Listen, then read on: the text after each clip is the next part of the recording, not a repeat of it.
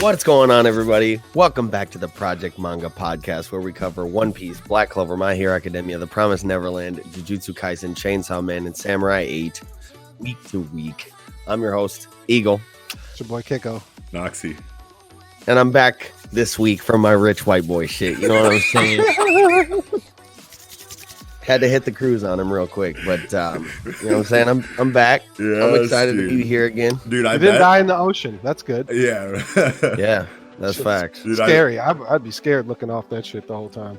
Just seriously. Large bodies of water, not my thing. You got all types of shit. You got the Loch Ness Monster, you got megalodons, you got Megalodon, you got the motherfucking plesiosaurus, yeah, all that shit. I was thinking about like the last like couple episodes that you haven't been here, and like people that like started following our show like from the first episode you were gone are probably going to tune into this and be like, who the fuck is this guy? Like, yo, what the fuck? Yeah, special guest. Our special guests just host our show. You know, like we have them and we just let them do that shit. Go. Oh yeah.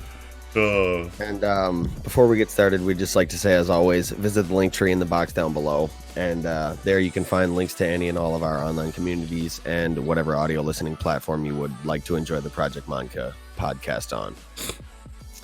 And yeah, with that all being said, I think we can jump right into the meat and potatoes of this Jujutsu Kaisen chapter 88, the Shibuya incident, part 6. And this chapter went breezy, my guy. I mean, again, just like crazy reminiscent of like Hunter levels of tactical shit going on in the fighting. I mean, right away, like Jugo just starts dipping away and like trying to like he's so shook, bro. Yeah, he's shook than a motherfucker. And then we get like a whole page of like inner monologue, Gojo just analyzing the situation, like, all right, I'm not gonna be able to bait him out with this shit anymore, so I'm gonna have to fucking just accept that I can't fucking save everybody in this crowd and let this dude whittle him down until I can locate this volcano head dude. Yeah, and I'm glad that we're getting like verbal confirmation on Gojo's like thought process there when it comes to like the casualties inside of the people inside of the curtain. Because you did call that out. Well, it's just I just wanted to know for sure, like, you know, like that he definitely has decided people are gonna die here, and is just in all business mode. And oh my god, Schnooty, our homeboy Schnooty on Twitter made the funniest meme. It's just like your mom. So the school called today, and it's that panel of Gojo chasing Joko through the crowd. Definitely. He's like the shaded out face. He's like, come here, I'm about to. Yeah, but where it's just the one eye too. That shit was it's just fucking the one freaky eye. as hell. Yeah, like I'm like, wow, that was an incredible show. It was hard body. Mm-hmm. Hell yeah, but yeah, definitely, it's really cool that getting a confirmation on Gojo's, you know, like, or Gojo's, you know, outlook on that. Super cool that M.A.N.G.A makes a comment to Yuji compliments him. Yeah, compliments him. I was just gonna say, was talking about her brother. Yeah, her brother's annoying. What's it? I'm just calling him wee, but Monsieur, yeah, but I mean, like, he's just a fanboy little bro. But like, you better fucking accept my fucking sister's compliment graciously. It's like, how about I divergent punch the shit out of you? How about that? Right. Cave your fucking face in real quick, buddy. But then beat your sister up when she gets a problem with it. M.A.N.G.A says, you know, it's crazy how like your first grade level without a Jutsu Shiki, you're like one of the only, you know, ones that I remember being this good, you know, without a curse technique besides Kusakabe, and he's the one that's with Panda, I think, right? So so like that's pretty cool that he also doesn't have, like, there's characters that just like are really good with like the base, you know, cursed energy, you know, like techniques, you know, and like their just raw strength is just like that tight. For sure. Yeah. I mean, it's closest thing you probably get to like a Rock Lee-ish character in this. I mean, because you can't not have. I mean, actually, no, that's not true. Fucking Maki and Toji. Yeah. But it's crazy how at the end the whole train full of fucking mutant motherfuckers just comes through. Bro, and Mahito steps off, and I'm like, I was a little bit confused by that because at the end of the last chapter, he walks away saying like, "Oh, that sucks. I wanted to fight too, but work is work." Yeah, so and then I wonder if he was just talking about and he's about to describe Gojo, so it's like. And maybe he was just talking about in that moment. And he's got to know that Yuji is on the way there, or whoever it was that killed the grasshopper monster, the grasshopper curse. Yeah. But even before that, one thing that we should mention is that Mahito can delay his ability to like transmogrify, people and make their heads explode, which is like crazy to see because I don't think that we've seen a delay on it like that yet. Yeah, I don't know if we have either, but that was definitely like as soon as that panel came up, I felt like that was going to happen. I don't know why I felt, or maybe not that exactly, but something was going to happen to that dude. You were just like, Mahito did something to this fucking guy. Yeah, dude. Yeah, no, that's pretty tight. But Yuji can't just, they're at a different train station and they'd have to run down like the train tracks, since the train already left. He's about to book it. Yeah, he might, he might hit that fucking, shundo right down that bitch, I guess. I'd be I really hope to see a technique like that. How fast could he run? Like at the beginning of the story, it was stated like he can run a mile in like 5 minutes. I think that's it was something like that. I think, but that's like Olympic running level. Like that's not like superhuman level. I want to say. Yeah, I think we'll see. Yeah, superhuman fucking levels of we gotta see. I mean, you do kind of see people like disappear after image kind of shit, but there isn't like a character that like specializes in speed. Like there's characters like we don't really have any kind of dialogue like that says like that anyone is exceptionally fast like that, do we? Yeah, no, and that would make sense for somebody like Yuji to have that. Just going off his Juryoku. Like he doesn't. Maybe he's gonna. If anything, it is him because he does display like when he was fighting the grasshopper, that shit was right here, and he's like, Yeah, he did. Yeah. His reaction, the reaction speed's definitely there. So yeah. But he hasn't I don't think blitzed anybody crazy. If anybody, it's like Gojo, I guess. Yeah. Because did y'all notice that Choso is set tripping like crazy? What do you mean? What the fuck? He threw a pitchfork made of blood. Oh my god! Oh my gosh! Like what team are we on, buddy? I thought we were, blood gang in this bitch, but I don't know anymore. Yo, of course you'd notice that. That's amazing. So, Geto just like legit waiting for even Mahito to he's gonna come in after Mahito. I guess. But finish this. He's with the squid. He's with the squid curse. Finally, we're seeing him again. We haven't seen that thing since I think we saw him on one volume cover. And I mean, I don't know. It's super tight and off-putting, and that's why I guess it's tight that fucking Geto's just lounging on the bitch, chilling.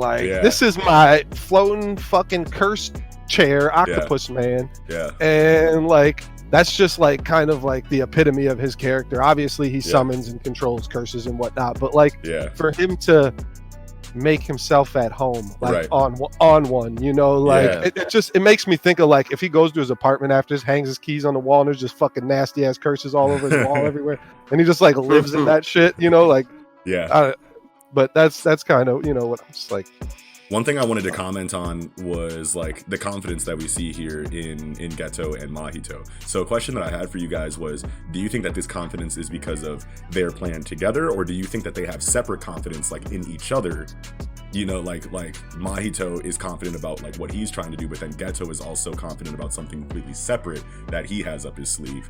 Or do you think that this confidence that we're seeing from both of them is because they're of the plan that they have together, you know what I mean? Because Mahito pulling up on Gojo here, obviously you would think that Mahito still doesn't want it with Gojo at all, but if he's cool, it's probably a combination of he's just that crazy and just wants to smoke at all times, even if he knows he's no match for who he's fighting. But and he has leveled up, but he's still got to know that he doesn't want it with fucking Gojo.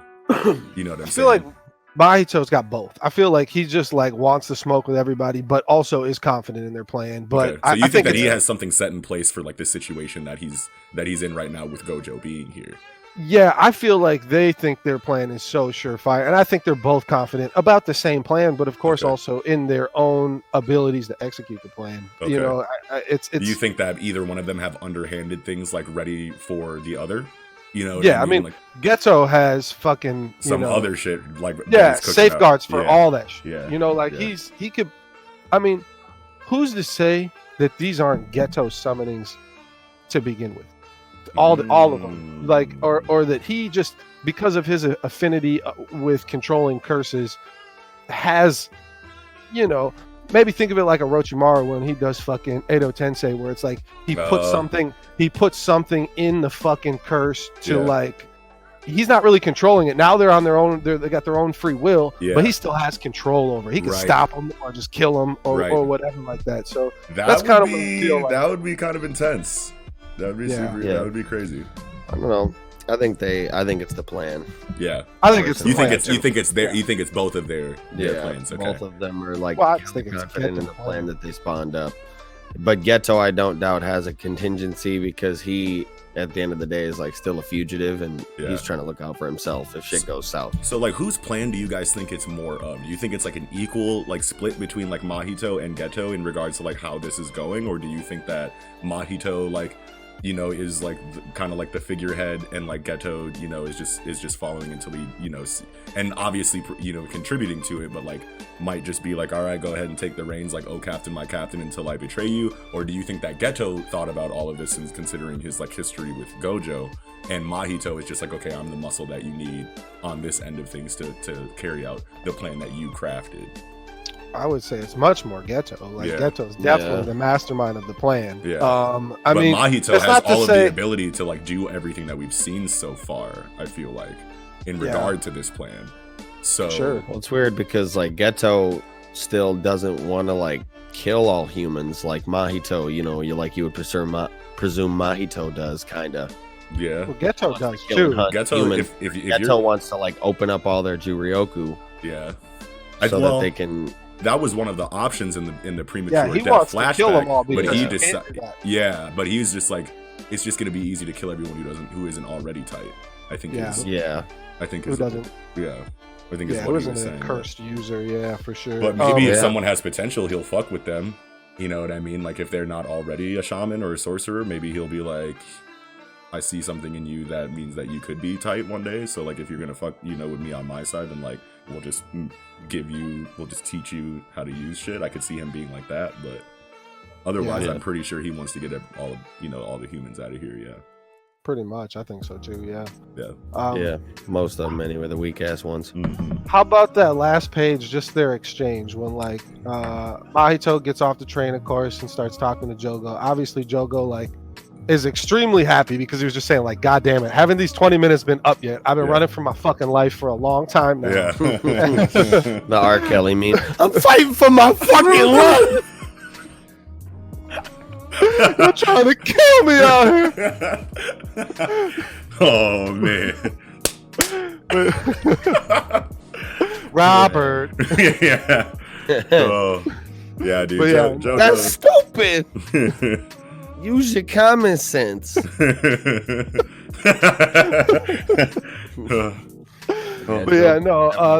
I love the way Mahito like bounces off the plane like Jogo. Yeah. And then what they're talking about too, like, you know, we're not going to get rid of all the humans. We're going to use some of them to like hunt. We're going to throw them in the forest and like hunt some of them. And Jogo's like, can I burn the forest down? And then Mahito's like, Hanami wouldn't like that. But then Jogo's like, Hanami's dead. So what? And then he's like, you know, Mahito's like, for real? Oh, all right. That sucks. Yeah. Casualties of war, man. Yeah. At least 2 of y'all are still alive. All right, bet. Yeah. Wow. You got the mob against the wall. Yeah. That shit is tragic, but I think that's all about all I had for Jujutsu. Yeah, me too. Yeah.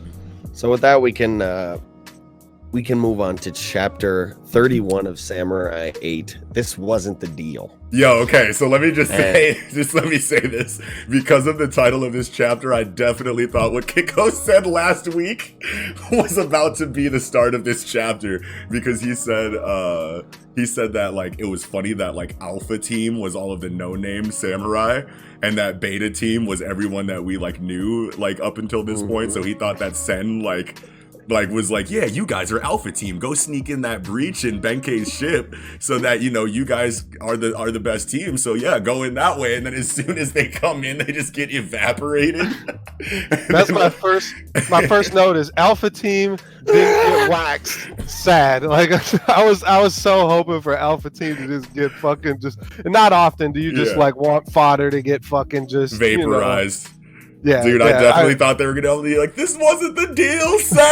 You just get fucking crunched by like this like retractable Fortnite spike trap. It's just like yeah. Oh, but bro, Send the Silent, crazy, mad efficient, so good, mad efficient, like so good. What the fuck? And I love seeing the attention to like science fiction. You know, like I love seeing like just how much it's used, right? Because like it feels just enough like a samurai story, you know, like, but with rocket arms shooting sword attacks and like sharing your memories and your vision with all the other cyborgs in the room. You know what I mean? It's like a perfect blend, you know, of science fiction and Bushido. Man, you know Silent Sword, man. Silent Sword had my nipples that shit hard. That shit was intense. He almost ended the boy. Well, and just the way that his like disconnected arm, it looked like Mega Man X Buster too, and I'm just like, yeah. That's your shit. My favorite shit. Yeah, hell yeah. So I was like, damn, Mega Man and Zero mixed. You know, we got shoot the fucking sword. Maybe that is like maybe there is a little bit of Mega Man inspiration there in Sen, because that's a little bit too good of a combination, polymerization. And it's hilarious though. They're like stabs through the neck, and it's like, sorry, that's the wrong head. That's the one that doesn't look like me. How did you? You know, there's two of them. One looks like a scarecrow man or whatever, Yoshitsune's face, and then here is me, the face that I've had the whole time, right here, right next to it. But you went for this one over here. All right, bet. Good choice, buddy. I thought you were the commander and the fucking guy who like comes up with all the plans and shit around here. Yeah, he came up with the plan and then like was oh yeah, go ahead. Sorry. No, I was just gonna say Ben-K's still rocking the Naginata. That's my shit. Yeah, super tight. Probably my favorite samurai soul weapon up until now. Yeah, I think I would agree. Especially where the soul is. It's right as the blade starts up there. You know, like you could have put it down in the staff, and they probably have done it tight. But like I like it up there. I thought like that was super sick. Till Ben-K hits that Bon Kai. Oh, he's better. Hozuki Maru, you know. Yo. But I mean, we're praising Sen a little bit here, but like they all just like ran into a room and got trapped like instantly. Yeah. So it's like especially all of this. They were all like, "Oh, you're the best strategizer around. I'm so glad to follow your plan." Yeah. When I thought they're getting vaporized, but they ran into a fucking like. How don't you know that that's his holder and that it does that? Like, doesn't everybody's holder do that? I mean, we've seen 2 of them now do that. Yeah. So it's like, but I think that they said that it's not that common, because when they got trapped, they were like, this is just like what Daruma did inside of his ship. He made it seem like it was a ship and not a holder, and then made it do holder shit. Oh, yeah, actually. Okay. So I think there is a little bit of justification there for it, but still, it was just like weird, like seeing all of this like efficient, like tactical, like infiltration going on, and then just as soon as you get in the last room, you just instantly get hemmed. Sorry, I didn't quite catch that. Geez, so how about there was 2 panels I wrote down because they looked so fucking good. It's crazy that, you know, obviously the art we've talked about, it's gotten better and better and better, but now with this manga in particular, I find myself looking at the pictures more than I'm reading the words, and that's more than anything else in Jump right now for me. Like that I sit there and just like in awe at some of these panels. Like so, the thruster panel of Daruma's ship. If you just look at that one fucking panel of the thruster, like the shading and the line work on all of it, I was like, damn, that shit looks so good for almost an inconsequential panel. And you're like, damn. And then one more too, like where they're trying to run in there and they had like the emergency like doors closing where like the pillars are coming to like close the door from all angles. Oh yeah. They hack it and stop it or whatever. But like looking through that hallway, I was like, man, like the shading it's just so crazy how good it is. Plenty of depth. Fucking 3-dimensional. That same scene, like in like chapter 10, would have looked rotten. Yeah. It'll look like a fucking doors painting. all white. Everything's just white. all the same color with no shading, like it's the fucking Simpsons or like Family Guy. Is this a hallway or is this a picture on their wall? I don't know. Yeah, exactly. But yeah, it's definitely like I just like to look at the panels now at this manga. It's like I feel like even if the story goes bad, I might keep reading it just because I like this art. I might be and I like the style and the aesthetic of just this sci-fi fucking samurai story. Is anybody convinced that Sanda's gonna do what the butt clenchy cliffhanger is like is implying? He's about to become a samurai right now. He's definitely not about to kill. Yeah, because he's not going to kill Ryu. He's going to stab himself with that sword, which is Yoshitsune's sword, isn't it? His dad's fucking sword, soul sword. Is that what it said? I feel like that's Yoshitsune's sword. I thought you needed a locker ball to do that. Maybe I don't know, but this would just be the perfect moment if he's holding his dad's sword right now. If it is Yoshitsune shit, then I mean it's pretty obvious that it's going to be like that. He's going to do something. Why would M.A.N.G.A be like, "Here's your dad's sword"? Like knowing the history and like knowing that he switched the vials and that Sanda is more than compatible with becoming a samurai. You know what I mean? Well, he just linked himself with the key, and then he pulled that soul out. So it probably is Yoshitsune's shit. Yeah, I think so. Dude, M.A.N.G.A's dumb as fuck.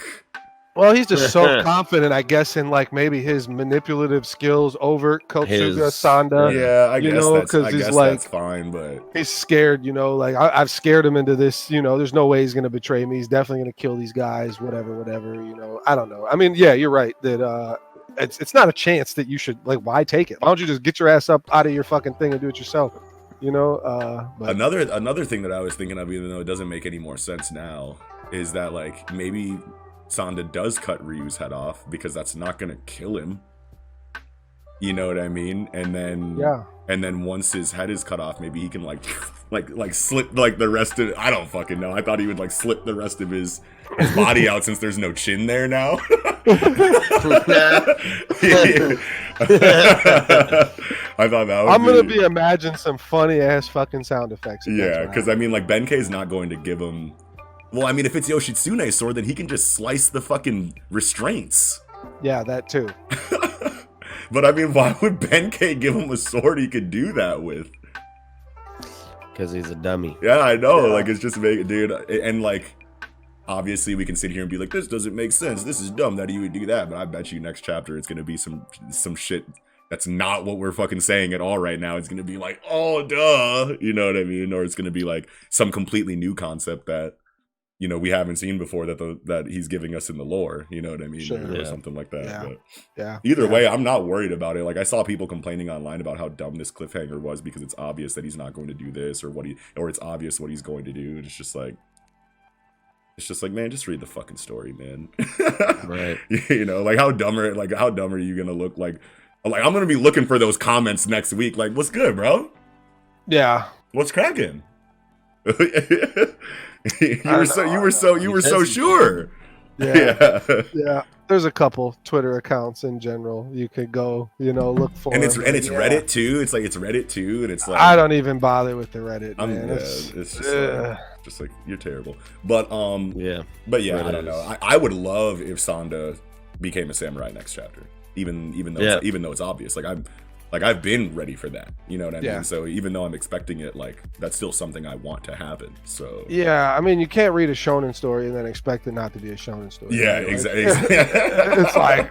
It's like I mean if he becomes a samurai, that was so expected. We call it's like bro, the whole fucking shonen genre is fucking expected mostly, unless it's fucking Hunter or something, like or One Piece. It's like you can't, like.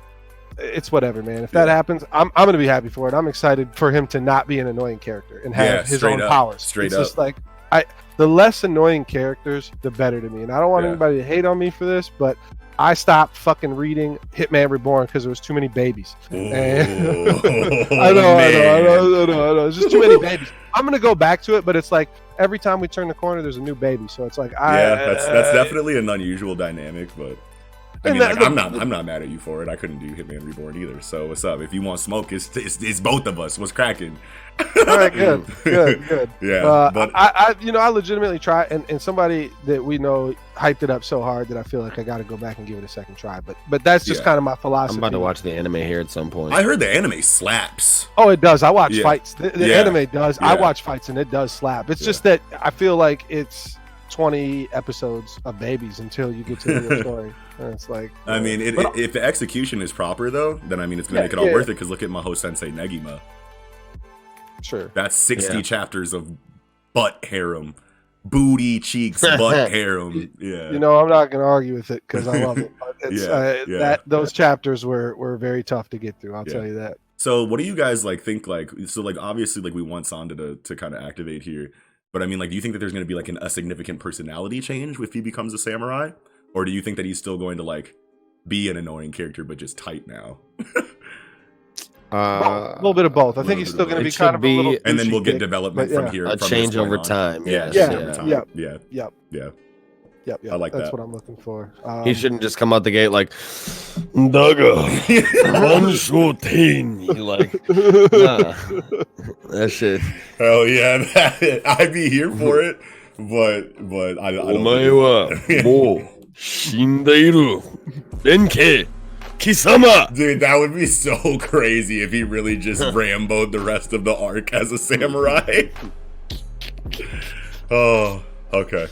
All right, that's great. That's all I had. I just want one more question. Is that there was the tiny little panel where they show Daruma in his Daruma form, and there's a text bubble, or maybe it was a thought bubble. I don't know. Did you guys notice? Was that Daruma talking at that point or not? Did you guys? I don't remember. Notice that? I don't think I noticed. I mean, I don't think I noticed it. Yeah, I didn't. Oh no. It was just showing him. I don't think. Yeah, and somebody else talking. Somebody else's bubble or whatever. Yeah, well, that's cool. I mean, I like to see, I don't know, because how long is it going to take him to start to and is he going to revert fast, or is it going to be a slow transformation, a little arm pops up? Yeah, it said it was an extended ass sleeping period for the extra turn back into your old self type shit. Yeah, I would like it if Daruma was out for the rest of the arc. Yeah, for sure. I didn't expect him to start regenerating now, but it's just good to see that we get to at least have a little panel of him still in that little Daruma form, and it's cool for me because I'm playing Pokemon. Hey, Darumaka and Darmanitan is broken for anybody who's playing Pokemon. Breed yourself a Darumaka and a Darmanitan. I'm telling you. Okay. All right. So the Pokemon players. With that, we can move on to Chainsaw Man Chapter 51, Dark Diving. Another chapter that I thought that Kiko called, because when he wraps Retsei up with the chain, I thought it was going to be Rose Whip. Rose Whip. Yeah, lash. I thought he was just going to start slashing her with the loose chain. Just cut her into ribbons. Yeah, but I mean, I'm glad that the fight ended the way that it did rather than with damage, because it just wasn't going to make sense. Well, and the beginning was just reinforced even more that even after getting his ass whipped with the exact same technique she used, he just got his ass blown the fuck up again. There's just way too huge a gap between them. Yeah, and that's fine. You're right that there wasn't too many ways to end that scenario with making sense. That the way the fight ends makes enough sense. Fujimoto killed it with the ending of this. Honestly, a lot of people might think that it's anticlimactic, but it's this is have you been reading this story so far? Yeah. You know what I mean? We've had one amazing tried and true shonen conclusion to an opponent, and that was the Katana Devil. Yeah, that made sense because of the way they were evenly matched in the sword. They're basically both sword. Yeah, they're just pokey weapons versus pokey weapons. You know what I mean? Definitely that. But I can't say that I love the fact that she kind of just walks away. I don't. Well, I won't say that I don't love it. I just opens questions like what's going to happen to her. Like I really hope we get to see. I hope she just doesn't walk out into the sunset and we never hear anything again from her. Like I want to see like the consequences of her not killing Denji and walking away when she still had the chance. Like, is the gun devil able to see or have like somebody there who's reporting on this? Is he reporting on this shit? Like, and is he gonna see that she basically could have killed him again at the end and just walked away? Well, at least she said that. Yeah, at least she said that. You know what I mean? Yeah. So it's like that was cool. But I mean, like the fact that she didn't like is obviously showing character development, right? You know, in some way. So we should see her in the future. Yeah, I mean that it's kind of implied, like when he says I'm gonna be at the restaurant tomorrow at like 1:00, and then he like throws the backpack on and bounces. Yeah, sure. Maybe, but I mean like he's at least definitely going to go try to run away with her. Whether she's at the restaurant tomorrow or not, you know what I mean? Like he is like resolved to leaving the district or the organization to go be with her. That is going to be punished. You know what I mean? Makima, I could see Makima just finding Retsei and killing her ass and being like, "What's up, Denji?"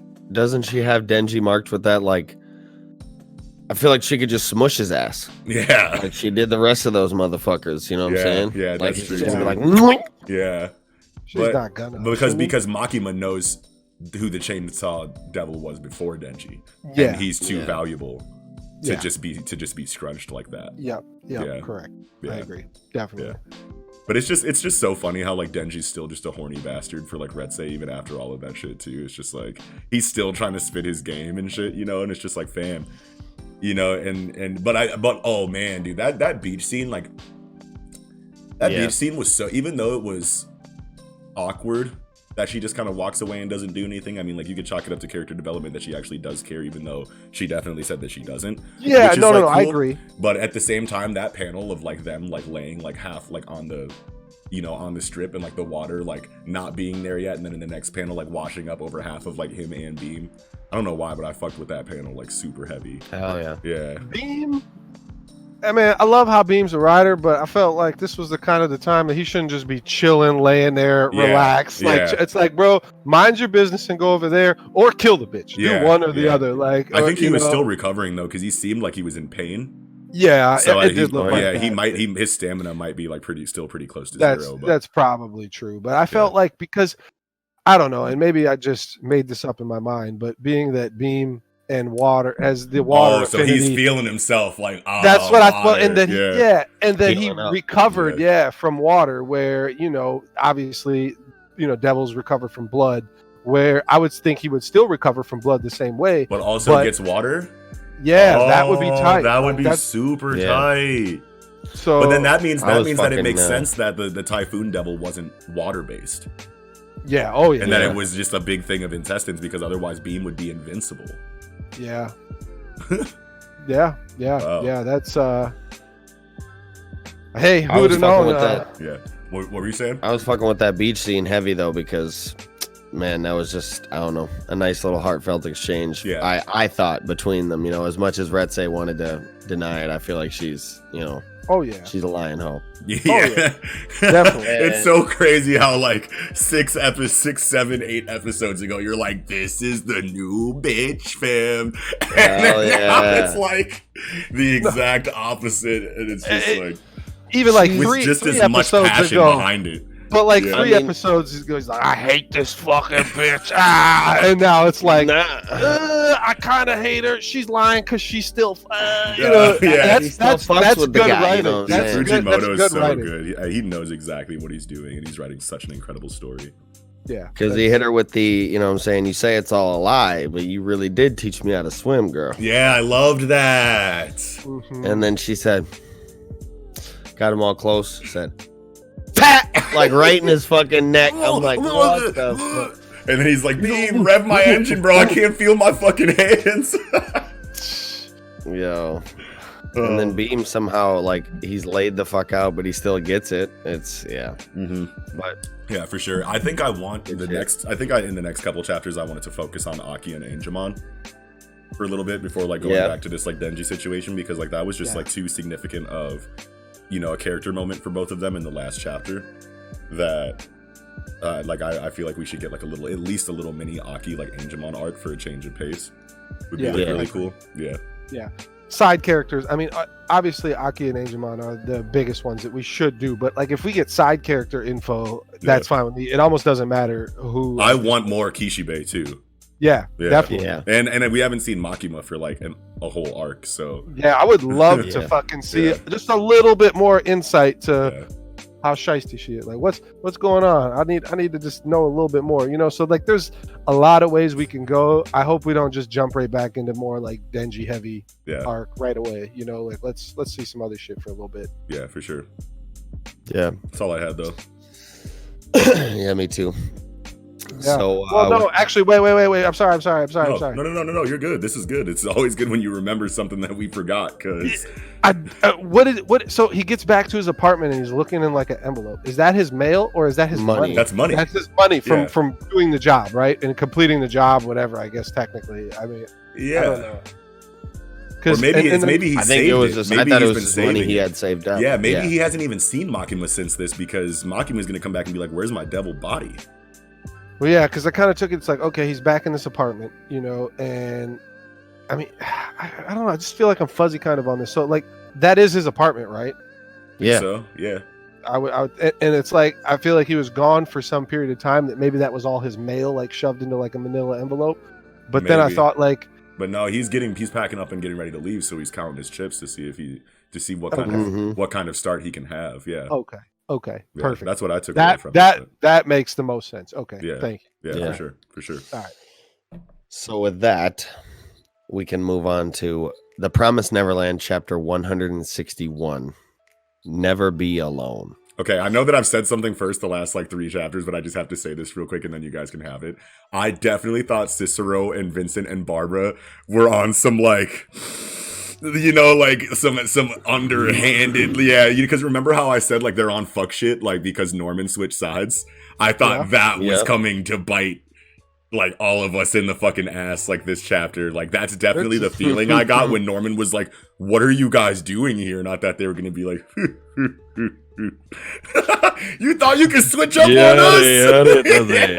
Yeah, I definitely thought that's what was going on. I still kind of in the back of my head feel like that's what's going on. Barbara and Cicero are just too fucked up. Like if Vincent did something by himself, like I could see that. But like Barbara and Cicero are out, and Zazie, Cicero's ass is missing a fucking leg. They're out. He's done. It just seemed like so like shisty like in the beginning, like with Norman's reaction and like his inner monologue, like what are they doing here, like type shit, like and like Vincent's like sinister ass face, like. You know, like I just thought I was like, oh man. Tell me you guys were ready for Peter to come in like that with all them big ass demons. I was first page. Come on. I was not ready for that. And the story's starting to move like back into that like battle of wits suspense thriller. Like, you know, like tone, which is just such a great way to end the fucking series, dude. Like, because like nothing has been as you know, as crazy as Gracefield House, you know, and because like we didn't know anything back then, right? Yeah. And the later arcs like dropped the stakes and the tension in the story so that we could learn more about the world. You know what I mean? And get these questions answered that we've been wanting since pretty much the first chapter. So I understood that. But like going back to do you guys want to talk about anything before I mention like the Not craziest really. thing Honestly, about this chapter? Going back to Gracefield House is what I literally got goosebumps, fam. Literally chills all over my fucking body, bro. Did you guys see it coming? Because I did not. I was like blown away. I was like, "What? We're going to Gracefield? Why? Like what?" And then they explained it, and it made perfect sense. I was like, "Oh man!" I was not ready for that, like at all. Like I 1000% did not see that coming at all, bro. Kayushi, dude, I was starting to doubt my guy, fam. Like I was talking so crazy, like literally last episode about the storytelling decisions that he's been making. Yeah. And now it's just like, okay, now it's starting to make sense that he had this ending plan from the beginning. You know what I mean? Like Eagle said, like in an earlier episode, which I didn't even know before. You know what I mean? Yeah. But it's obvious now. You know what I mean? Like the ending at Gracefield House. I mean, that could have been an on-the-fly decision, but it just flowed so It brings everything full circle. Yeah, exactly, bro. Exactly. I just wish My it wasn't boy Peter so looking kind of built though. Oh yeah. Oh yeah, bro. Peter is putting hands and whatever on anybody. He's definitely heads, shoulders, knees, and toes. He about to fucking piece your ass up. He's gonna shoot with the best fucking marksmanship. He's got everything. He's all his stats are 100, guaranteed. Yeah. He's about to put some bacon on their cheeseburger for sure. And Emma's just always, as always, is just the light. You know. Well, that's the thing. I was like, I wish it wasn't always so easy that everybody could be in such despair, and just because Emma comes along, like, hey, we could do it, guys. They're like, oh yeah, we can, because this 7-year-old told me we could. It's like, I know she's not 7, but like, you know, like it's like I feel like there should have been a little bit more contention, not just Emma says let's do it and we all believe her, and it's like, well, but like I understand that, like me too. That's like the story. Like this has been the story. Really, but like when Norman, it was frustrating at first, but then when Norman says, like, dude, when Emma says it, you like can't help but like feel a little bit better, and like that is something that Kaiju Shirai has been working towards establishing as a part of her character, that she's just like such a bright ray of light that like even though they know it's bullshit, like whenever Emma says something, she's just that charismatic and that like, you know, optimistic that like you can't help but be like, Emma, you know what I mean? Like it's more so not that they're convinced that it's going to be okay, but just that she just kind of soothes them, you know, and just like rids them of the anxiety a little bit, you know what I mean? I'm telling you, no 12-year-old on this planet can talk me into go fucking fighting 2,000 demons when we got 10 people. I swear to God, bro. There's nothing this 12-year-old could ever say to me. I'd be like, well, looks like I'm eating demons out here and living in the forest for the rest of my life. Fuck all that. If this was real life, I don't care about what kind of bond they got, bro. If Emma was like, let's just go fight the 2,000 demons and figure it out on the way. If I was Norman, I'd be like, bet, Emma. Just have her taken out. Have her taken out and just make the fucking make the Norman and Ray plan. Fuck Emma. You know what I mean? I'd be like, Emma, you're tweaking, fam, and you're gonna get us all killed. You're out of here. Love you. See you on the other side. Ray, let's get this money. You know what I'm saying? Like, that's what if I was Norman, bro. I'd be like, man, all of these words. That's we need results, man. That's why we're not a shonen MC. We're weak ass human beings in the real world where we gotta actually worry about our life. You know, like this is just wild to me. It's just like, hey, everybody, we could do it. All right, bet we can do it because the 12-year-old told me we could. Yeah, it's like, man. But you got the results, fam. Yeah, I can't disagree with that, but I mean that's a good kind of segue into like, what do you think their plan is? It's obviously got to be fucking infiltration, stealth. So I don't know. So this is another thing I wanted to talk to you guys about. I know we've been joking about Phil this whole time, but I feel like Phil's about to go crazy, dog. I knew you were about to say something. Look, bro. Look, that Phil's gonna be the. I'm like, Phil is literally the final boss. No, maybe not even final boss, but just like the reason why anything goes positive in this infiltration plan, because he's been chilling at Graceville House the whole time, you know, like with all of this knowledge, knowing how like endgame shit might potentially go when Emma does decide to come back. So he's gonna be like the inside job man that helps them from the outside complete this entire mission. Oh, that's Yo, I just got like goosebumps and my fucking heart is in my throat, but right now I just like thought of something and it's like literally fucking bugging me out. What and is I'm it? like, you're crying. You got shedding a tear. Let's hear Phil is the god. Why? Because he's a little guy, just like the little god. Yeah, the stature's the same. That's the only reason I got. Yeah. I don't know, man. It just came into my head. Like he just wanted to go live as he just wanted to go live as a cattle kid for a little while to see what it was like. Just like how much of a mind fuck he's that at the best house possible. And he just to gain perspective and he can watch the best brains develop over time. I don't even know. Yo, I have no basis for it, but I just thought of the possibility, and it fucking shook me just how much of a mind fuck that would be. I'm like, oh my god, that's real. I still want him to be Filson Fisk though. Phil is the squiggly fucking god. You heard it here first. Yeah, dead ass. Yeah, straight up. I don't think anybody thought of that in the world. But wow. But if this meme really becomes true, where like it is Filson Fisk out here, you know, like bro, if he hits how? Bro,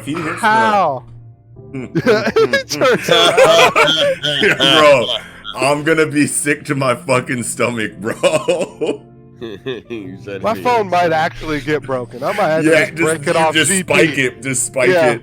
It's just like this is the biggest shit that may have ever happened in manga history here. Fam. This is bigger than fucking anything else I've ever seen. Well, I think of a bigger twist than that.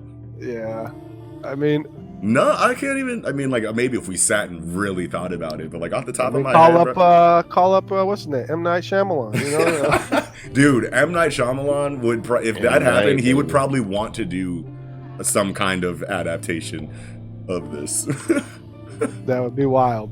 That would be super wild, bro. Wow. That's all I had, though, I think. Yeah, me too. I got one more little clowning point here. Yeah. Does Norman think he's Genji out there with the bow and arrow where everybody else got heat? You know, like... Nah, you mean Hanzo? Oh, yeah, Hanzo, yeah. What are them Hanzo what are them Japanese fucking Overwatch characters? Yeah, Hanzo, that's the one. Yeah. My boy Don got the bow and arrow too. Don't sleep. Yeah, Don did have the bow and arrow. Don keeps the thing on him though. I mean, but that's because he's the Don, you know, Don Juan. You know, Yep. Facts, bro. He got Pimp Cup in the back pocket for sure. Wow. Oh man. So with that, I think we can move on to chapter 233 of Black Clover. Fate begins to move, and I just want to say we coming right out the gate with the Charmy heat. Dude, my Charmy, girl, I love Charmy scenes. Bro, like her magic is so OD. It's every time I just get so shook because she's just casual, like eating. Her magic's going crazy. Yeah. And it takes Rill and Asta combo move to stop her ass. Yeah. Like, you know what I thought? And she ain't even bring out the wolf on your ass. I know. It's like, come on. You know what I thought about her cotton magic though? It's like permeation, like Mirio, and she could because like things were going through it, like that all them vines grabbed her and she just like walked through it, and it's probably maybe based on control where it's like she could make the cotton fucking hockey imbued fucking hard punch crush you. I mean, or make it basically. It would probably be like that for any character like that had any kind of like intangible like magic, like a fire or a water, but like no one conjures golems except for Charmy.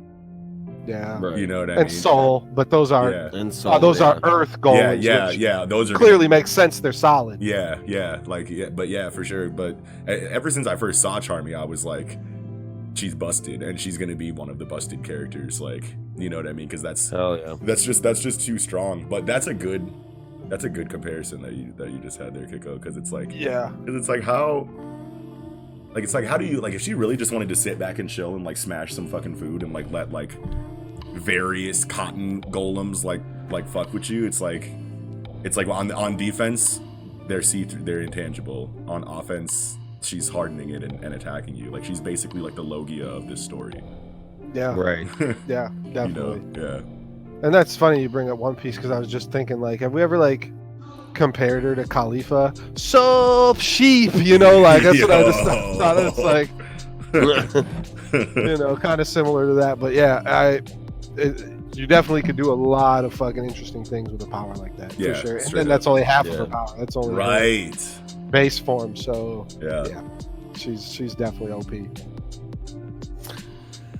And we got confirmation. You know what I'm saying?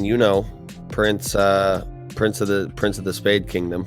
It's kind of jumping right to the end, but that's like pretty much the back half of the chapters leading up to saying that. Yeah, like that Prince thing like makes me like have like a bunch of questions about like the origin of like Asta and because they both got dropped off as orphans like at the same time. So it's like if like what is that like Asta's obviously special then too. Yeah, in some kind of way, and it's like in what ways like would he be?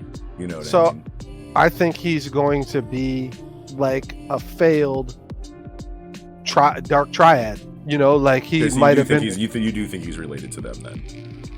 That he's from the Spade Kingdom because it's like it doesn't fit for the Heart Kingdom for sure. He could be from the Diamond Kingdom just because I don't know, him and Mars were kind of boys, and I don't know, he like dealt with them pretty well. That maybe he could be from Diamond Kingdom, but if Asta's a prince of Diamond Kingdom and fucking Yuno's a prince of Spade Kingdom, I'll just be mad. That's just that's too much, bro. Yeah, I was thinking, no, not even that. It's just too. You would have to just jump through so many hoops to like be like, yeah, the Prince of the Diamond and the Prince of the Spade both got dropped here at the same church in this fucking bumfuck village in the Clover Kingdom at the same night, same time. Yeah. I was thinking more along the lines that Asta is like a sleeper cell, right? Like some kind of tool that the Spade Kingdom knew that the anti-magic devil was in Clover, knew that they couldn't go get it, so they like tampered with a child and had all of its mana taken so that it's like a proper vessel for an anti-magic devil to eventually take over one day and be used as a tool, right? And another thing that's crazy is that like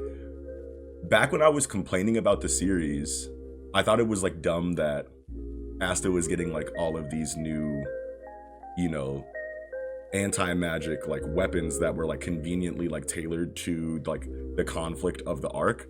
Like how like he just like he got that new sword that just reverses your elfness. You know what I mean? But like Lich already knew about that sword and was wielding it first, like, and was familiar with it. And like all of the like Midnight Sun like members like were like knew what Asta was doing already.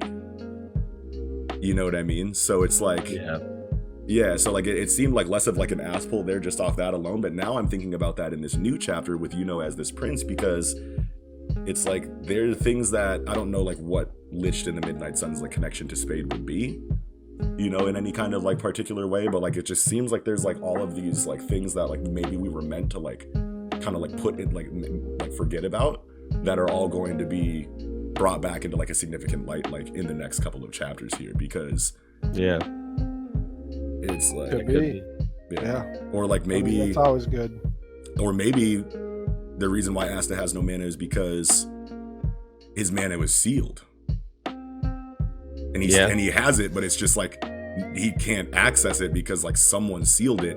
And like when it's would you guys be mad about that? Like if the seal was lifted and he was just the tightest, you know what I'm saying, like mage in the world with like just gigantic mana reserves?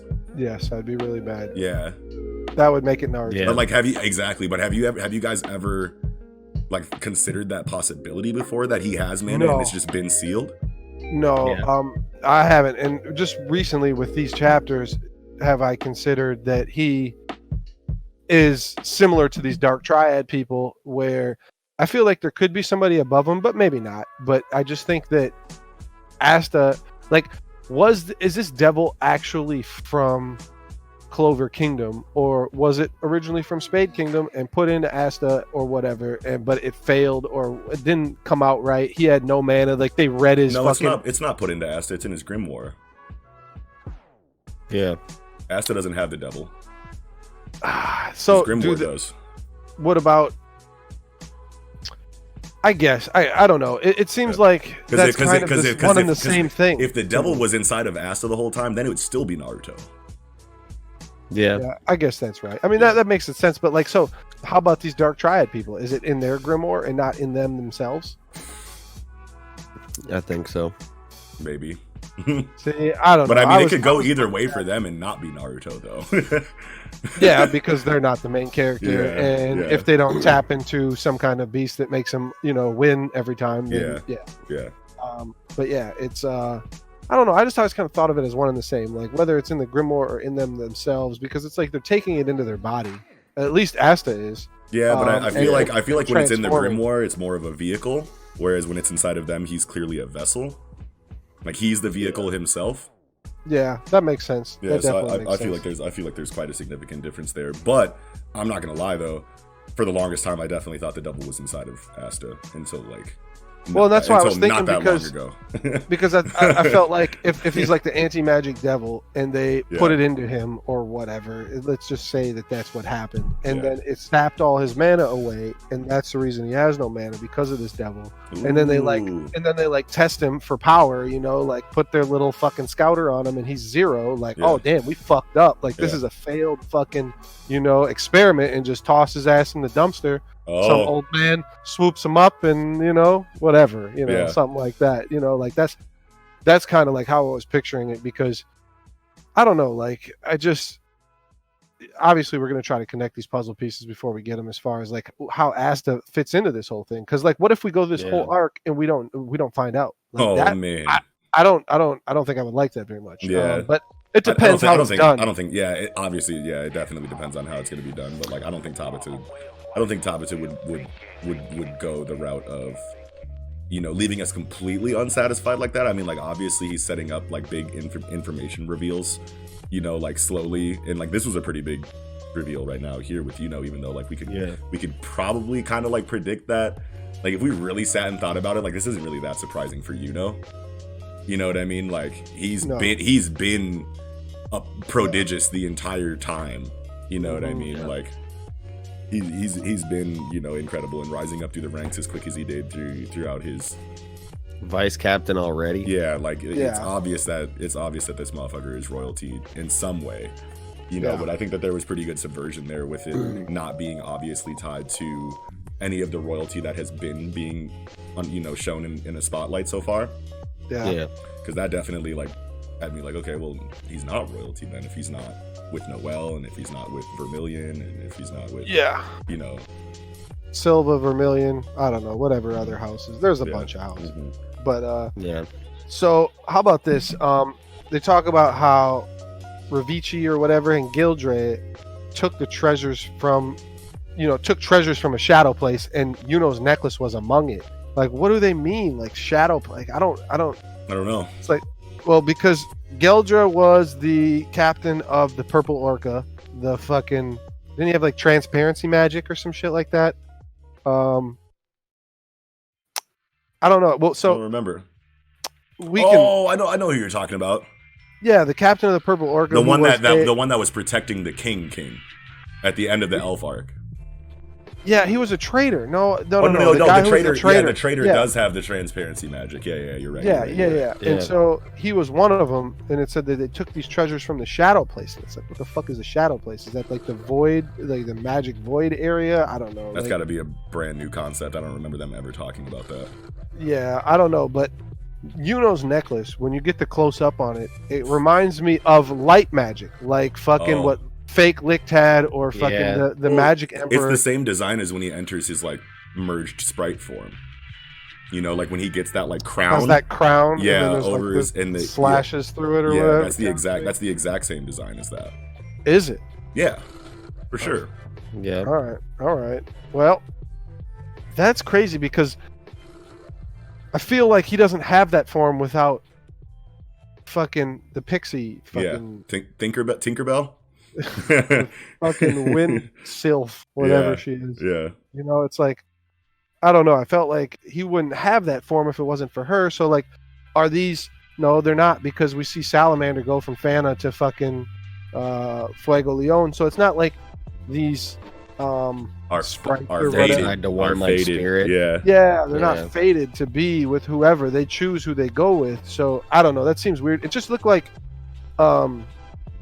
I don't know. I kind of tied that necklace to like what light magic kind of looks like, especially when he's doing like those swords and whatnot, how they have like all the lines through them, you know, like that. It kind of looks like that. And so I was thinking like, I don't know, maybe the Magic the Magic Emperor, the first Magic Emperor's original magic. And obviously he's not, I won't say he's not related to him, but like maybe there's just like different levels of royalty, right? Where like these, think of them as like celestial dragons or something, like where they are in their own countries, but they're a higher level of royalty than like Silva. Like think of like the Silva house or the Vermilion house, like in not Fuchsia Village, but Goa Kingdom, where like you got Stelly and fucking Sabo. They're lesser nobles than Tenryubito. Yeah. And that's kind of how I was like, maybe there's like this higher level of nobility that is in all kingdoms. That would open the world up quite a bit more than it even is now.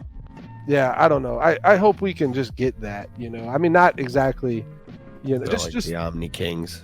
Yeah, some higher level, because first of all, I mean, we all hate this fucking king, right? You know, we got to get him out of here. I know. It's like I'm tired of him. Like I need somebody to take over the throne or be more important than that guy, and I don't want him to be like the highest version of nobility. Yeah, no, definitely. There's a real deal king that's actually tight and strong. like a King of Kings kind of thing, a fucking maybe, or I don't know, but yeah, it's I just feel like we need more background on nobility in general. Yeah, but that's all I had though. That's all I got too. Yeah. Yep. So with that, we can move on to My Hero Academia, chapter 254. You could be more of a hero than anyone. And shit hits, and this chapter was a banger, man. This was such like, right away, something that I found super interesting was that like they stated that what's his name's corpse was used as the basis for Kurogiri. Yeah. Mm-hmm. And I just thought it was super interesting that like even in a corpse, like the quirk factor remains. Yeah. But it's not that weird to think about. I guess I never thought about it, and I assumed it might be something like One Piece when, when you're dead, your quirk just kind of goes away. Well, it makes more sense that but it's the continuity there, that it's, DNA really. Yeah, DNA. Because it's intertwined with your DNA, the quirk factor. So it's just the continuity there is nice that he didn't forget that's something that's going on. Yeah, for sure.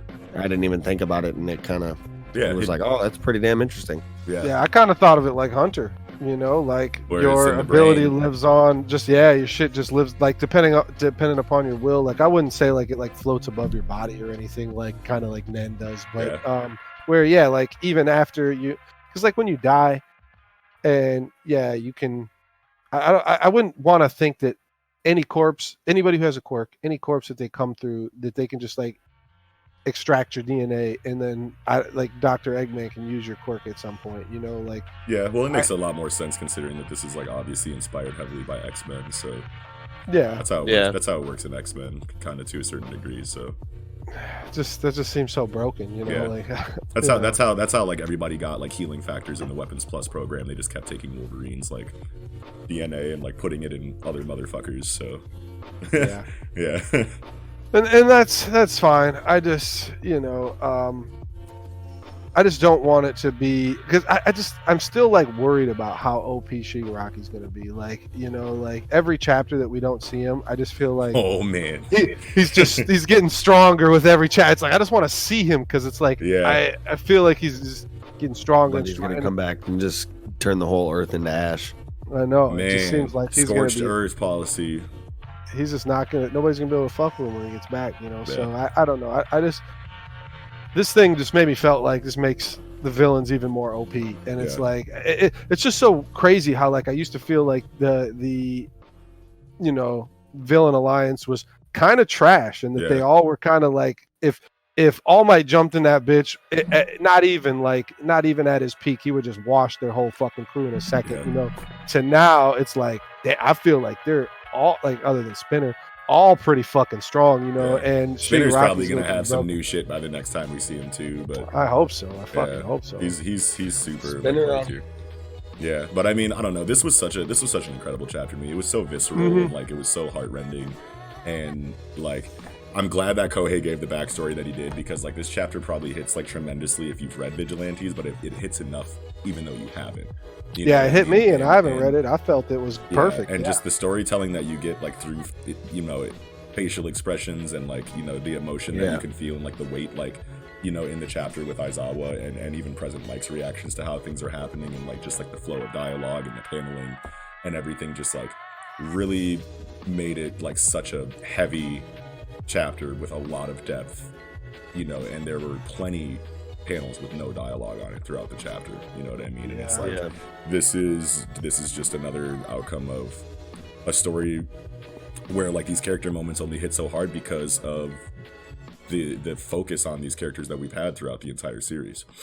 And and it's crazy how much depth that you really realize that there is here. You know what I mean? Because it's like Aizawa was like one of the least focused on characters in regard to development. I was gonna say that. Yeah. I feel like this is out of his character and in his character at the same time, where it's like we don't have enough of we don't have almost any moments, I feel like, that would be as anywhere near as significant to like actually see like Aizawa's, some of the inner workings going on here. So you're like I felt like this wouldn't have been him, or it would have probably been present Mike to do what he did. Yeah. But then I'm like, no, this is like who he is deep down, and that's why he's like, yeah, because Kohei tied it back to him expelling the class.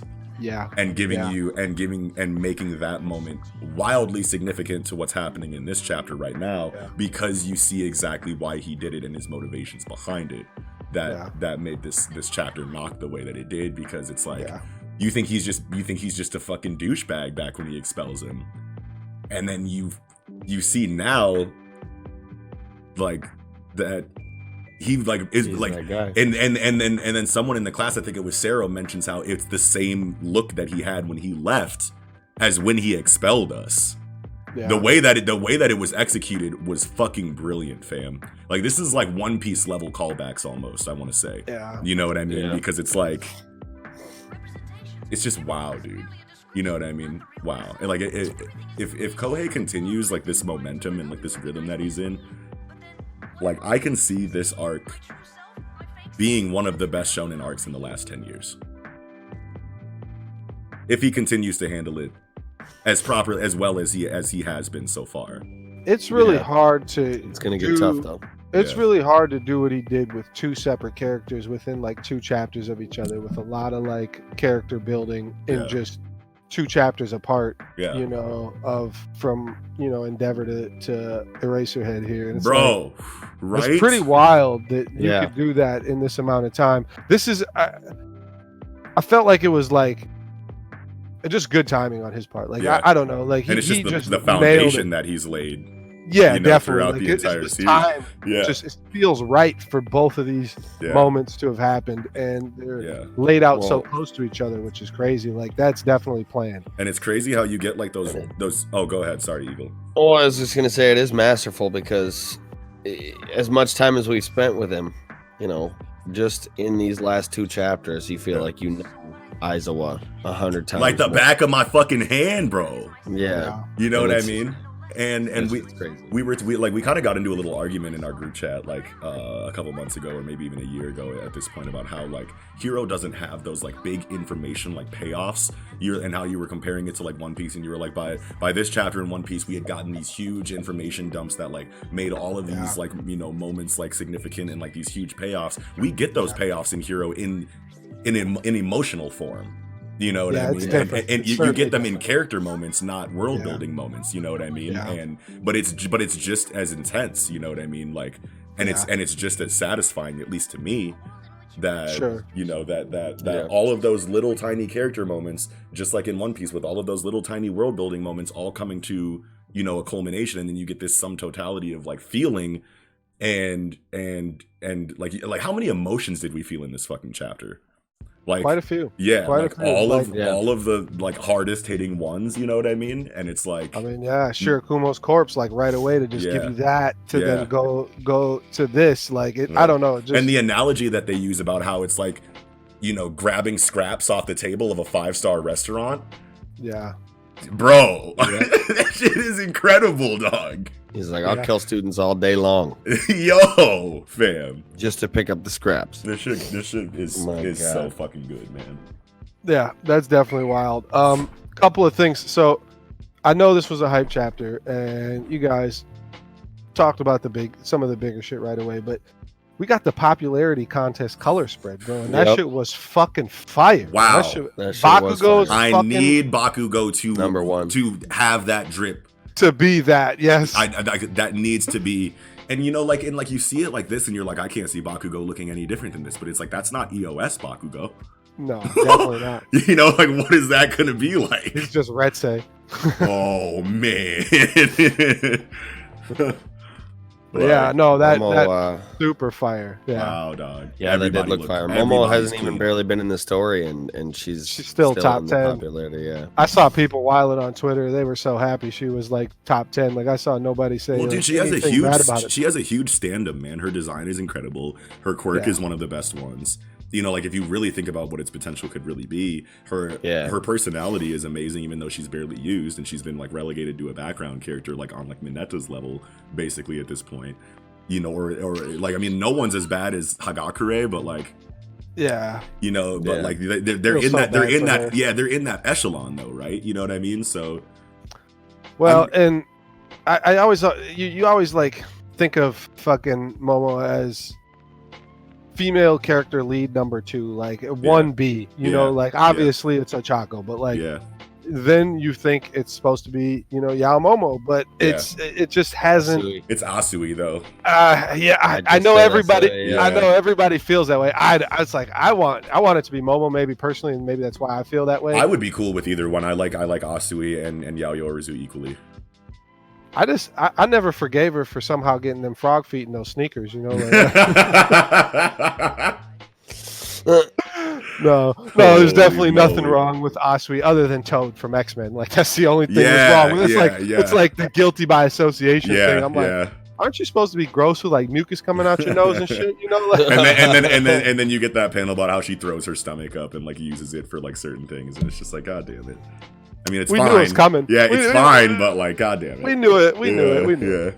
Yeah. But tell me why fucking Present Mike looks like Mirio's dad, the flashback. Like he's got the same like kind of like pompadour over thing. And I was like, other than he just has glasses on. I was like, he looks a lot like Mirio. Yeah, a little bit. Yeah, that's funny. His hair now is OD. Oh yeah, I love his design.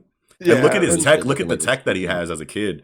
You know what I mean? Like back before like he like gets his like EOS tech. You know what I mean? Like it's just cool how he has like just a little speaker box like right there on the Adam's apple. That. Yeah, I loved it. Yeah. I mean, it shows that he's just a fucking idiot who yells. Like that's kind of what. No, once we see a full powered Present Mike fight, he's gonna have some extra shit.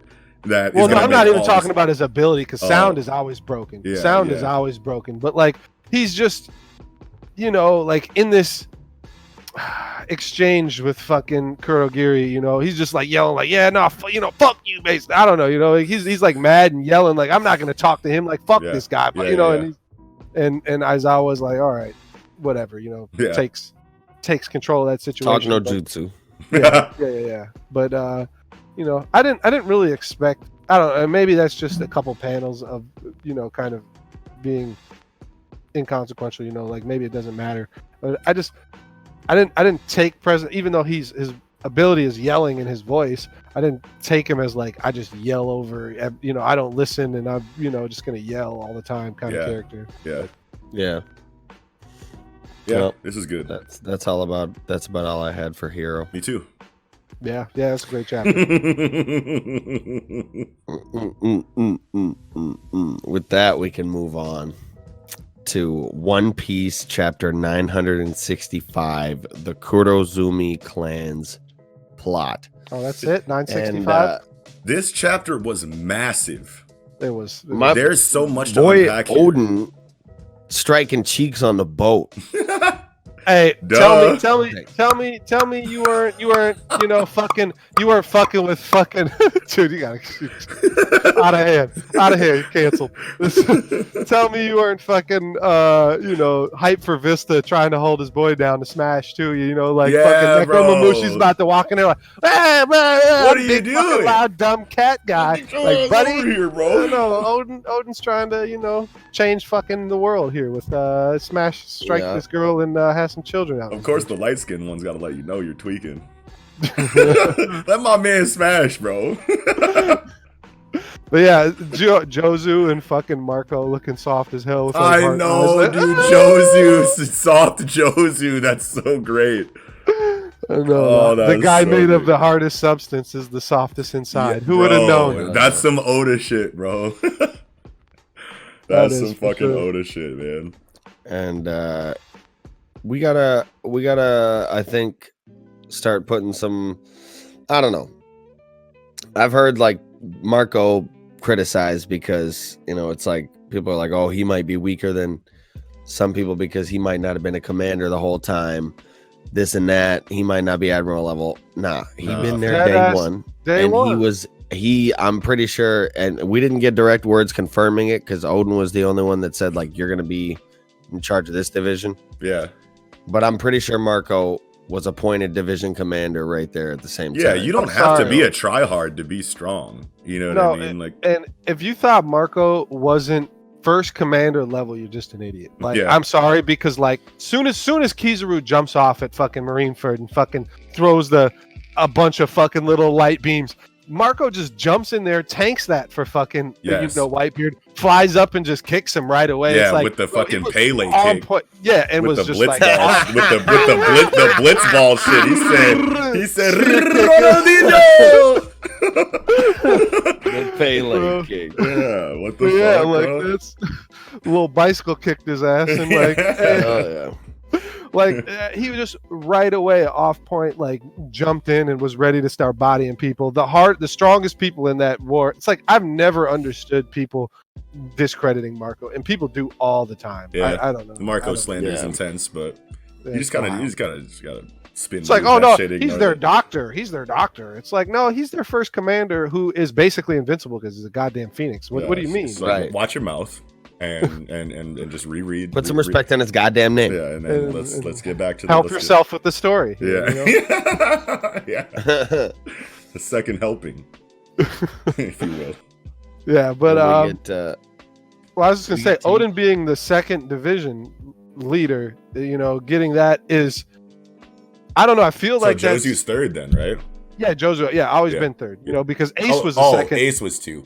And that's what I was going for. Is like maybe Ace was in Wano because of some kind of like, I gotta uphold Odin's legacy. Like maybe, I don't know. Like he was always told of Odin. He was the prior, because I'm pretty sure Whitebeard states at some point like the second commander spot has been vacant for a long time, and Josu never got it. It stayed vacant, and that he gave it to Ace after all that time, saw a man who is worthy of basically being Odin's equal, or somebody, you know, that deserves the same respect as Odin.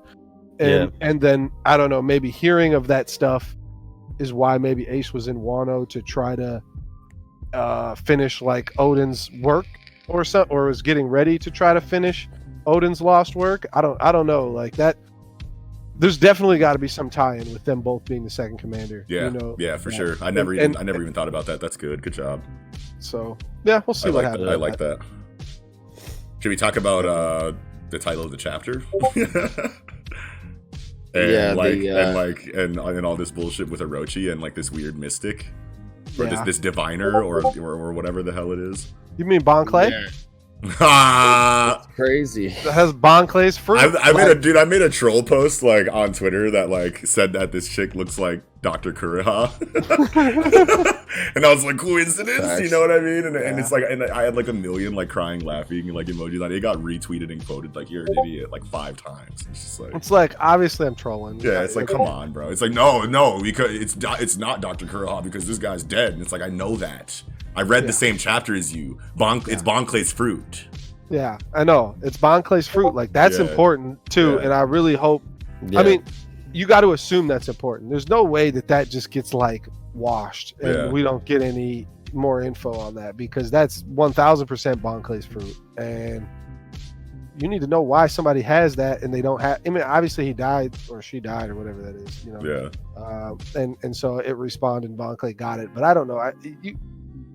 You don't see the same fruit in 2 different people in one piece without there being some kind of, something's got to be, you know. Yeah.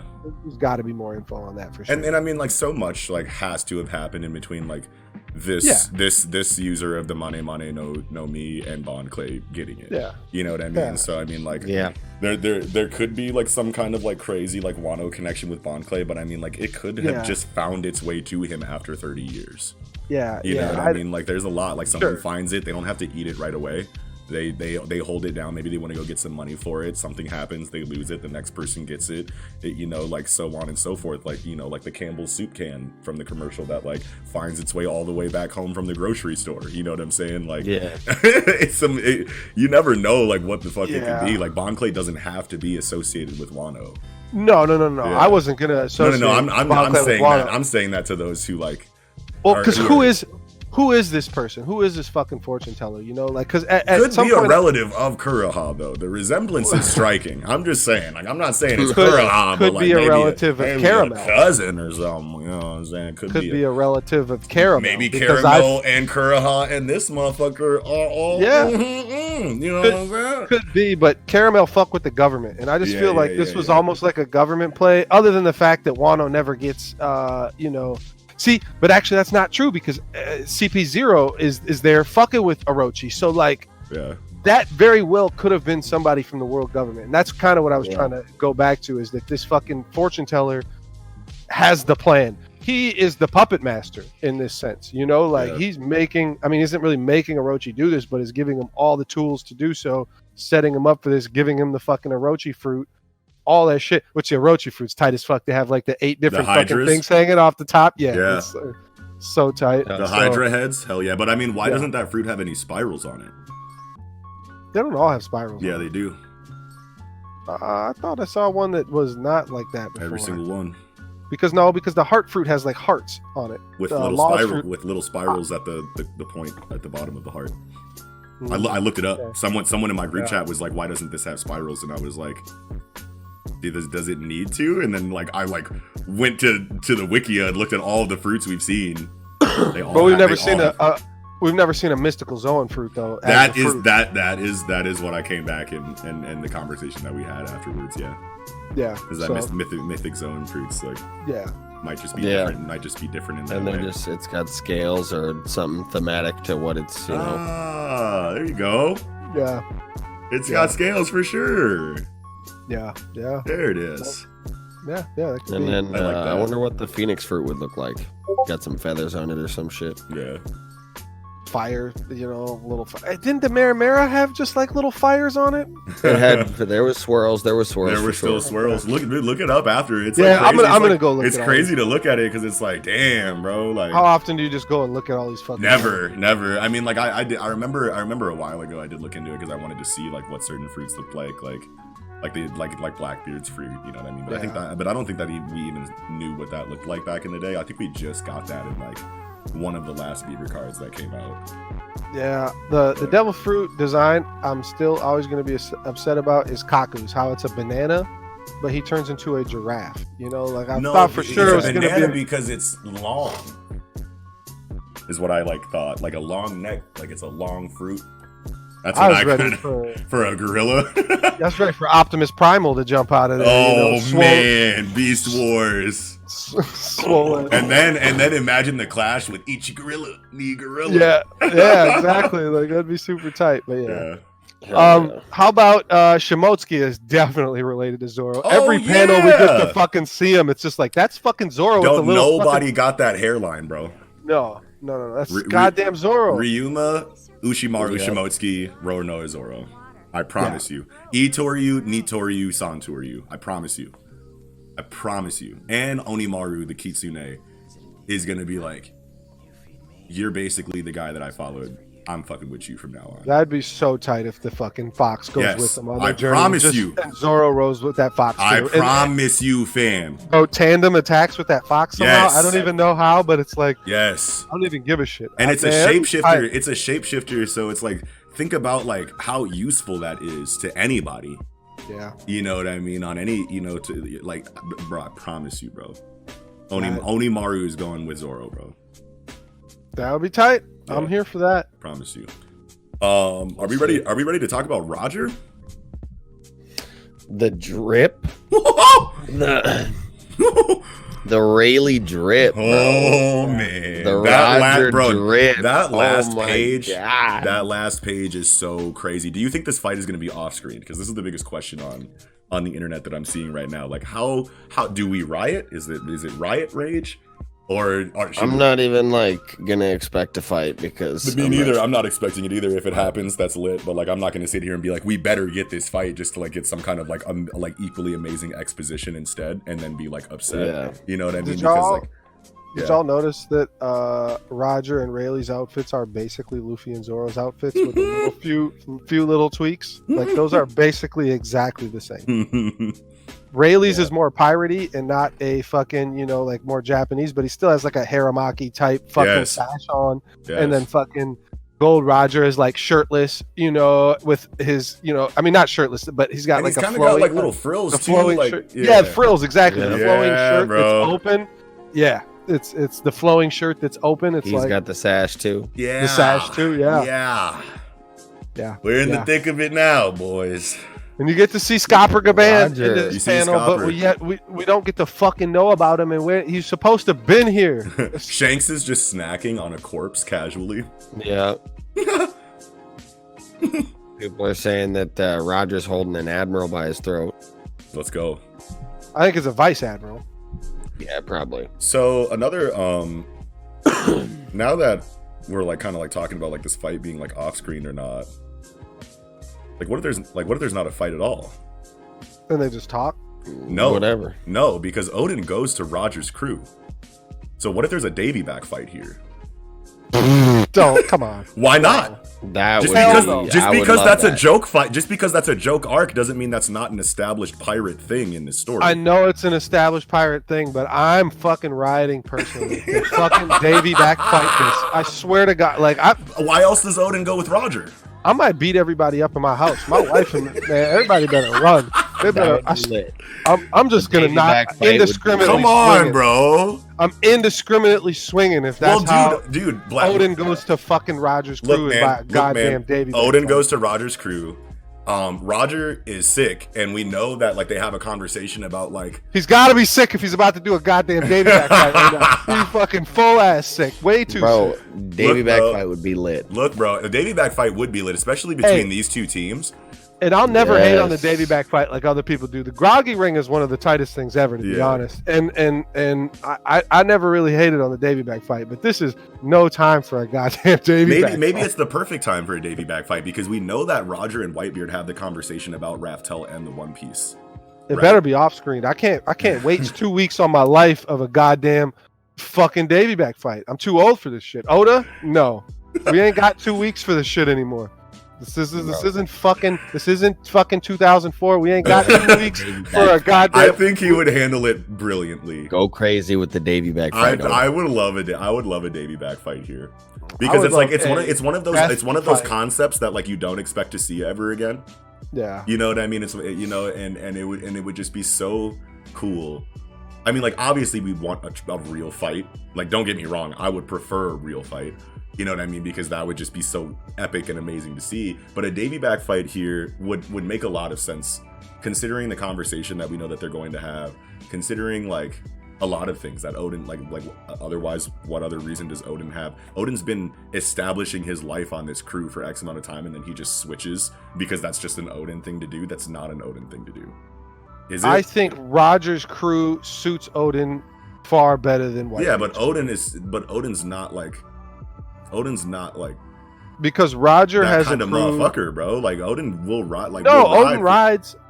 So but he did just leave Wano though with all of his scabbards behind and didn't really say much to them. But yeah, there's that. Yeah. But I don't think that at any point he's like not riding for his people. But he definitely is putting like his ideals first, which there's nothing wrong with that because I think that at the end of the day, if you ever saw any of the scabbards or anybody in any kind of issue, he's jumping in head first to fight anybody for anybody. So yeah, I won't discredit that. But it's just Odin is far more of a Roger / a Luffy type crew where everybody's very individualistic.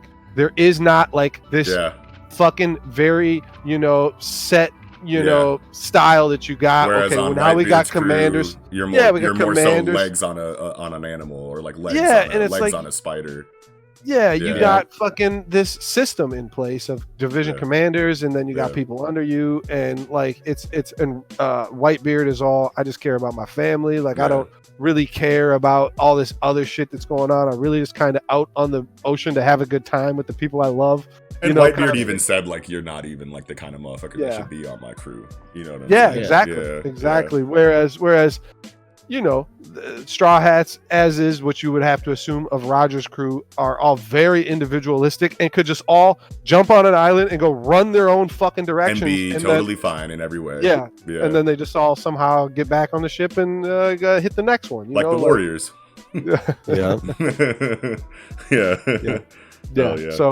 So yeah, I don't know. I think it's a good shot. It gets off screen, which would be sad, but I just hope that it's not like one. I hope that like the trivial shit is off screen. Like I hope we get to see like a Marco Rayleigh clash and a fucking Whitebeard fucking Roger clash. Marco Rayleigh, that's Odin Rayleigh. Yeah. That's Odin Rayleigh for sure. Oh, Odin's the number one division. No, Rayleigh's gonna be like, I want to fight that one right there, regardless of position. And then maybe it's Scopper, and we get to actually finally see. It'll be Doctor versus Doctor, or Crocus versus Marco. No, Marco washes Crocus. Does he? Does he? Hell yeah. We don't know what Crocus could do. Crocus. That motherfucker's probably cold-blooded, fam. I'm not saying he's weak, like in the grand scheme of things, but like compared to Marco. Yeah, no. But we only know Marco from the Marineford War, and that's why you're saying that. The Marco of right now could still be strong, but like not Marco at Marineford War. Crazy. That's true. Yeah. That's true. But we also see Crocus kind of like. Crocus is EOS Crocus right now. I know, but he's just kind of bitch made in the whole fucking Laboon situation with fucking VV and Mr. 9. He should have just wrecked them if he was that dude, and then they would have never came back trying to kill Laboon over and over and over again. The reason they were trying to kill Laboon is to feed fucking Whiskey Peak forever because they were out of food, and they kept coming to try to kill Laboon. Fucking Crocus should have just because you're bitch made doesn't mean you're weak though. I guess. Yasop's probably bitch made. Yeah, we don't want to go down that road today. But I bet you that motherfucker will shoot the shit out of you. But I bet you he's just as, you know. I bet you he's just as. I'm ready for Oda to show us, because like I'm ready for Oda to, like, when we really get some like in-depth Yasop shit. I'm so ready for Oda to show us that he's just as bit of a coward as Usopp is. That's 200 chapters away, so you're getting way ahead of yourself there. I would just love to see that. Since we haven't brought up, I just wanted to say that would be so. That'd be so satisfying to know that Usopp. Roger has one of the best quotes I ever seen. Oh man, yeah. You can only risk death while you're still alive, and my end is near. Maybe this is the last time I ever see Whitebeard. So it's like It's like I gotta fight him, because I'm never get this chance ever again. And you know, you can only risk death while you're still alive. It's like that's shit, hard. You know? One Piece is so good with the quotables, man. Yeah, it's like you're just so right. Like you'll never feel feelings of your life being in danger, which when it's over, people like this and then like people like this who like just thrive on that, and like that's just like their whole lives is living on. It's very similar to Vikings. Yeah. So that's, man, I was like, wow, that's a good way to end this chapter. That is absolutely cool. Hell yeah, man. Okay, did we talk about the cover chapter? The cover page?